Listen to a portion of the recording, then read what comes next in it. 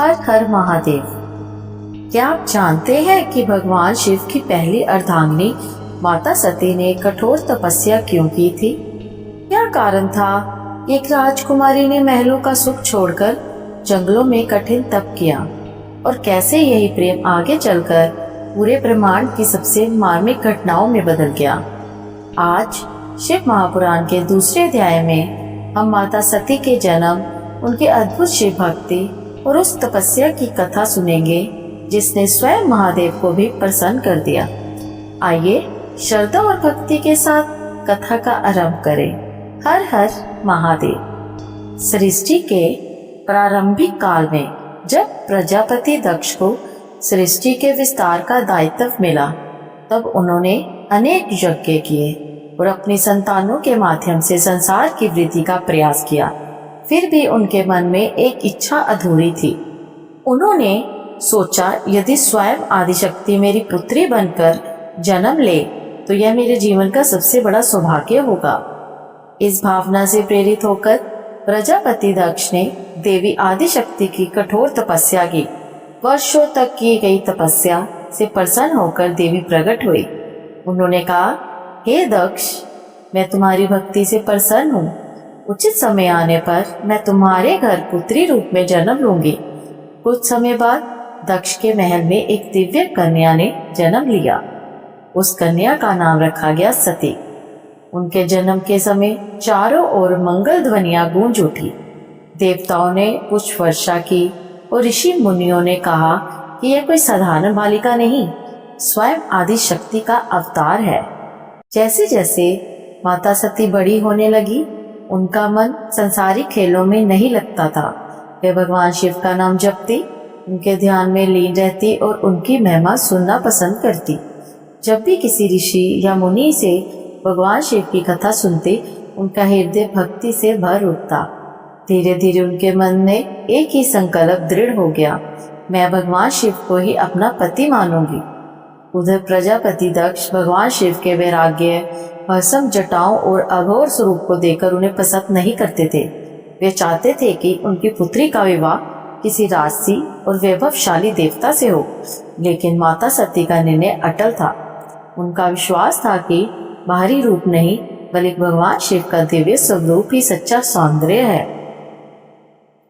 जब समय आया, तब माता सती ने अपने पिता से अनुमति लेकर वन की ओर प्रस्थान किया। उन्होंने निश्चय किया कि जब तक भगवान शिव उन्हें स्वीकार नहीं करेंगे, तब तक वे तपस्या नहीं छोड़ेंगी। घने वन में उन्होंने साधना प्रारंभ की। प्रारंभ में वे केवल फल खाकर रहती थी, फिर उन्होंने केवल जल ग्रहण करना शुरू किया।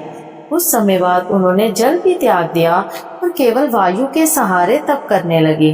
दिन बीतते गए, महीने बीतते गए, लेकिन माता सती की भक्ति और विश्वास कभी कम नहीं हुआ। उनकी तपस्या इतनी महान थी कि देवता भी आश्चर्यचकित हो उठे। चारों दिशाओं में उनकी भक्ति की चर्चा होने लगी। ऋषि मुनि कहने लगे कि ऐसी अटूट निष्ठा और समर्पण बहुत दुर्लभ है। देवताओं ने भगवान ब्रह्मा और भगवान विष्णु से प्रार्थना की, हे प्रभु, माता सती की तपस्या अब पूर्ण हो चुकी है। कृपया भगवान शिव से निवेदन कीजिए कि वे उनकी भक्ति स्वीकार करें। उधर कैलाश पर्वत पर भगवान शिव गहरे समाधि में लीन थे।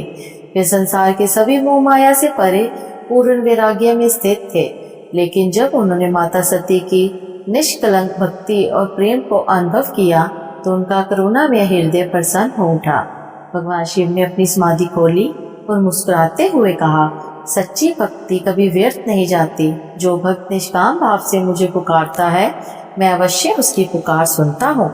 इसके बाद भगवान शिव माता सती के सामने प्रकट हुए।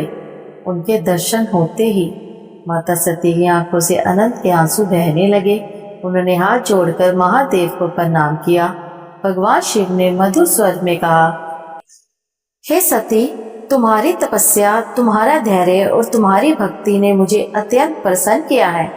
मैं तुम्हें अपनी अर्धांगिनी के रूप में स्वीकार करता हूँ। ये सुनते ही माता सती का हृदय अनंत से भर गया। वर्षों की तपस्या सफल हो चुकी थी।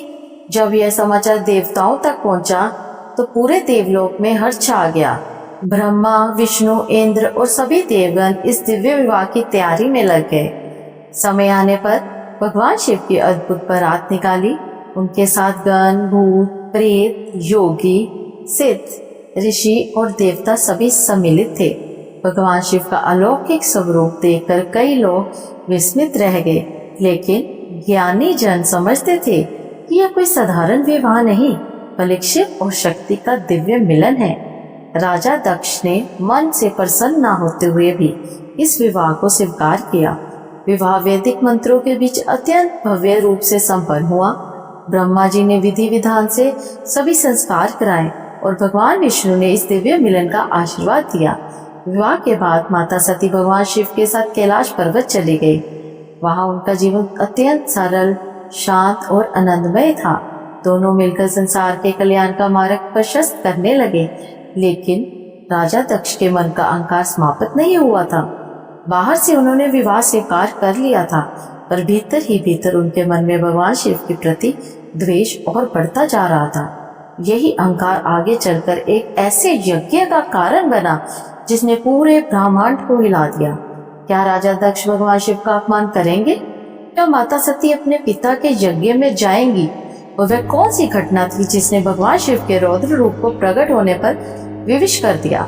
इस सभी रहस्यों को हम जानेंगे शिव महापुराण के अध्याय 3 में। भक्तों, यदि यह पावन कथा आपको पसंद आई हो तो कमेंट में हर हर महादेव अवश्य लिखें। और यदि आपने अभी तक हमारे धार्मिक कथा ज्ञान चैनल को सब्सक्राइब नहीं किया है तो अभी सब्सक्राइब करें और बेल आइकन दबाएं, ताकि शिव महापुराण का हर नया अध्याय सबसे पहले आप तक पहुंचे। यदि आप पूजा पाठ की सामग्री, रुद्राक्ष, शिवलिंग या अन्य धार्मिक वस्तुएं खरीदना चाहते हैं तो हमारी सुपर प्रोफाइल का लिंक वीडियो के डिस्क्रिप्शन में दिया गया है।